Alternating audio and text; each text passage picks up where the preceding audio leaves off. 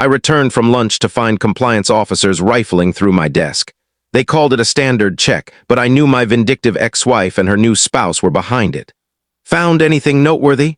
I asked, my tone steady. Their faces turned ashen when they uncovered something unexpected. Chapter 1. The intrusion. The office lights hummed softly as I stepped back inside, clutching a still-hot coffee. I stopped dead. 3 compliance officers in sharp suits were sifting through my workspace, drawers yanked open, papers strewn across the desk, my computer already awake. "Routine audit," one muttered, barely glancing my way as if I were an inconvenience. Routine, hardly. My stomach churned. I knew exactly who orchestrated this. My ex-wife, Laura, and her arrogant new husband, Marcus. Since our divorce, they'd been plotting my downfall at every turn. And now this. They thought they'd finally trapped me. I placed my coffee down deliberately, keeping my voice even. "Anything interesting?" I asked, tilting my head. One officer shot me a nervous glance, then looked at the file in his grip. His face paled. The other 2 froze, eyes wide. For a moment the room was silent. Then, almost in sync, they snapped the file shut and exchanged anxious glances. "Sir," one said, his voice tight, "we need to confirm something." I leaned against the desk, my calm facade masking the fury within. They hadn't found what Laura and Marcus wanted. They'd stumbled onto something else, something even they weren't ready for. And in that moment I realized this wasn't just their scheme anymore. It was mine. Chapter 2. The shocked expressions, the silence lingered. The documents meant to destroy me had instead turned the officers to stone. One swallowed hard, his fingers tight around the file. "What is this?" he whispered almost to himself. I tilted my head. "You tell me, you're the professionals." The officer by the computer swiveled the screen toward me. My gut tightened, but I kept my composure. On the monitor was a folder labeled in bold. Marcus. Confidential. Inside were dozens of PDFs, receipts, scanned records, payments funneled through obscure accounts, international transfers, names of officials with tidy sums noted beside them.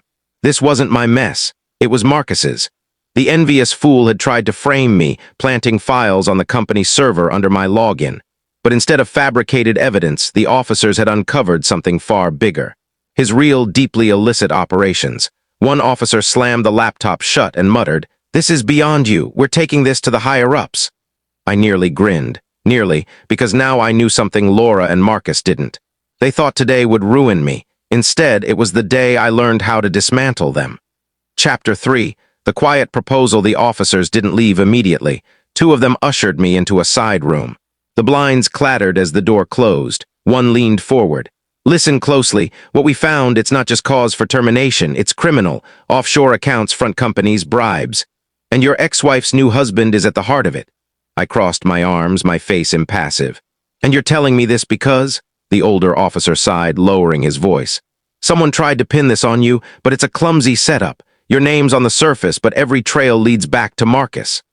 I let the silence hang, then asked the question I already knew the answer to. "So I'm in the clear?"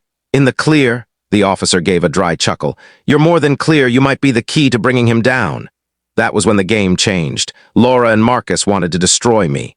Instead, they'd handed me their own secrets wrapped in their overconfidence. I nodded slowly. "If you want him, I'll cooperate, but on one condition: my name stays out of the news. I've been through enough." The officer glanced at his partner, then gave a curt nod. "Deal, but if I were you, I'd stay low. Men like Marcus get desperate when cornered." I didn't respond. Because what he didn't know was, I wasn't just going to help them catch Marcus. I was going to ensure Laura and Marcus watched their world collapse from within. Chapter 4. The first fracture's 3 days passed. I carried on as if nothing had happened, work, gym, dinners with my daughter on my custody nights. But beneath the surface, a tempest was brewing. Laura was the first to crack. She showed up at my apartment uninvited, dressed in designer boots and oversized sunglasses. Her knock was sharp, demanding. When I opened the door, she barged in. "What did you do?" she hissed. I raised an eyebrow. "Nice to see you too." "Don't act clueless," she snapped. "Marcus's company accounts are locked. The SEC is poking around. Do you know what that means for us?" Us, the word was almost comical. I leaned against the counter. "Laura, maybe the real question is, why are federal agents interested in Marcus's accounts at all?" Her face flickered with panic for a split second before she forced a tight smile. "You think you're smart, don't you? You're nothing without us. Nothing." I didn't reply. I didn't need to, because later that night Marcus himself showed how badly they were unraveling. My phone buzzed with a text from an unknown number. Meet me. Midnight, Dock 12. Come alone. We need to talk, Marcus. I stared at the screen for a long moment before a smile crept across my face. He thought he was the predator, luring me into some late-night confrontation. But what he didn't know was that the compliance officers had already tapped his phones. By the time I arrived at Dock 12, they'd be hearing every word. Chapter 5. Dock 12, the fog rolled thick over the water, dimming the city lights to faint glows on the waves. Dock 12 was nearly empty, save for the cry of gulls and the soft creak of ropes against worn wood. Marcus stood at the pier's edge, coat collar up, pacing restlessly. When he saw me, he smirked, but his eyes were uneasy. "You're a real thorn in my side, you know that?" he muttered as I approached. "You think you can just walk away from Laura and me without paying a price?" I kept my tone level. Ironic, coming from the man who tried to frame me with fake reports. He laughed, sharp and forced. "Reports? No, pal, this is bigger than reports. You've stumbled into something you can't comprehend." I tilted my head. "Then explain it to me." Marcus leaned closer, his voice a hiss. "The offshore accounts, the compliance flags, they're just the surface.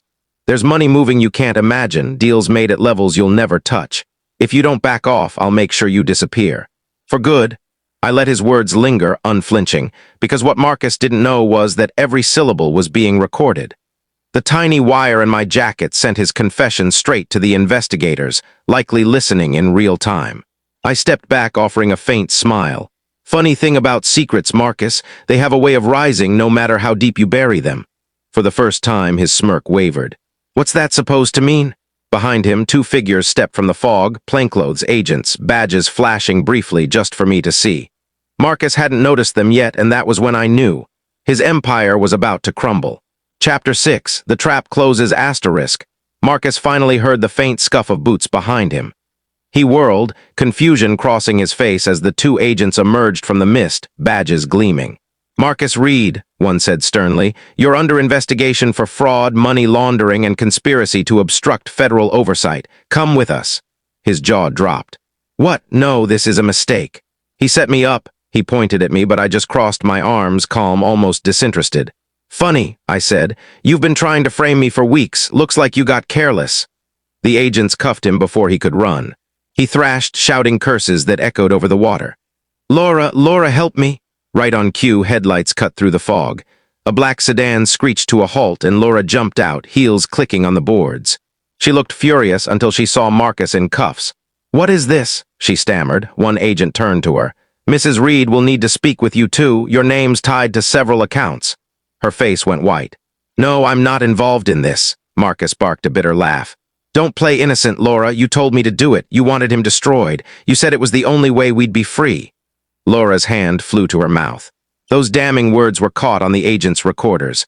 I stepped forward, my voice low but cutting. "You wanted me homeless, erased, broken. Instead, you've dragged yourselves into the dirt." I leaned closer just for Laura to hear. "You picked the wrong man to underestimate." Her eyes brimmed with tears as the agents led Marcus away. The car door slammed, and for the first time, Laura stood alone, her world of lies collapsing. I turned and walked down the pier, the fog muffling their voices behind me. Each step felt lighter. Revenge wasn't about anger, it was about patience, precision, and timing. And tonight, everything had fallen perfectly into place. Chapter 7, The fallout news of Marcus's arrest spread like wildfire. By morning, his face was plastered across local news. Financial consultant caught in federal fraud scandal. Reporters unearthed every detail of his shady past. With each story, Laura's carefully built image fractured further. Her family, once haughty and untouchable, now faced calls from furious investors, betrayed clients, and stunned neighbors. At the store, whispers trailed Laura like a shadow. Parents pulled their kids closer. Old friends avoided her. But the worst came at night. The recordings where Marcus and Laura schemed to ruin me were admissible in court.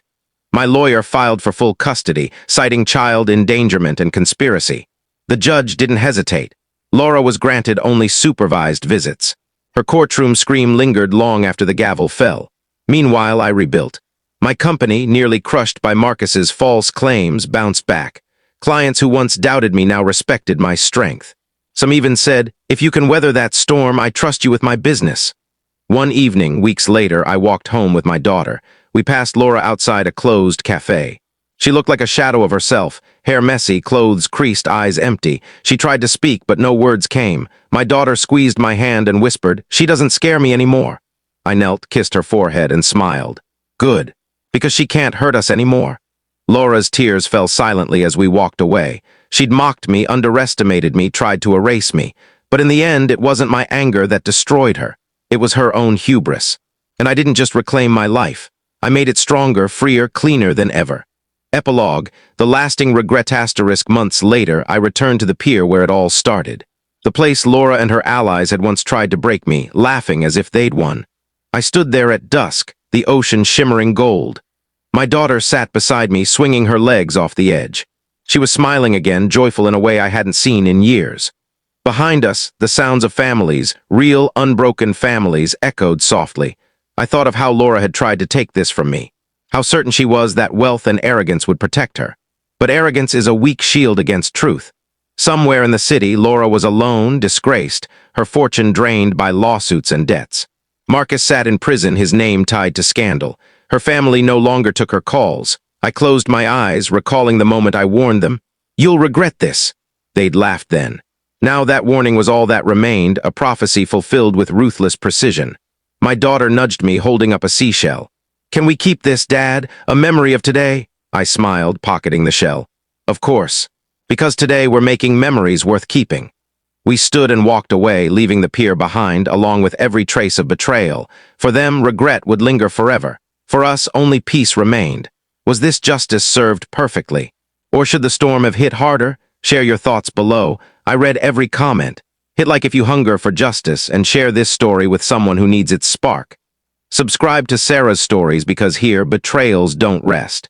They haunt their makers. Every shadow holds a reckoning. Every mask shatters, and every betrayal meets its answer. Stay sharp. Stay unshaken. Stay tuned.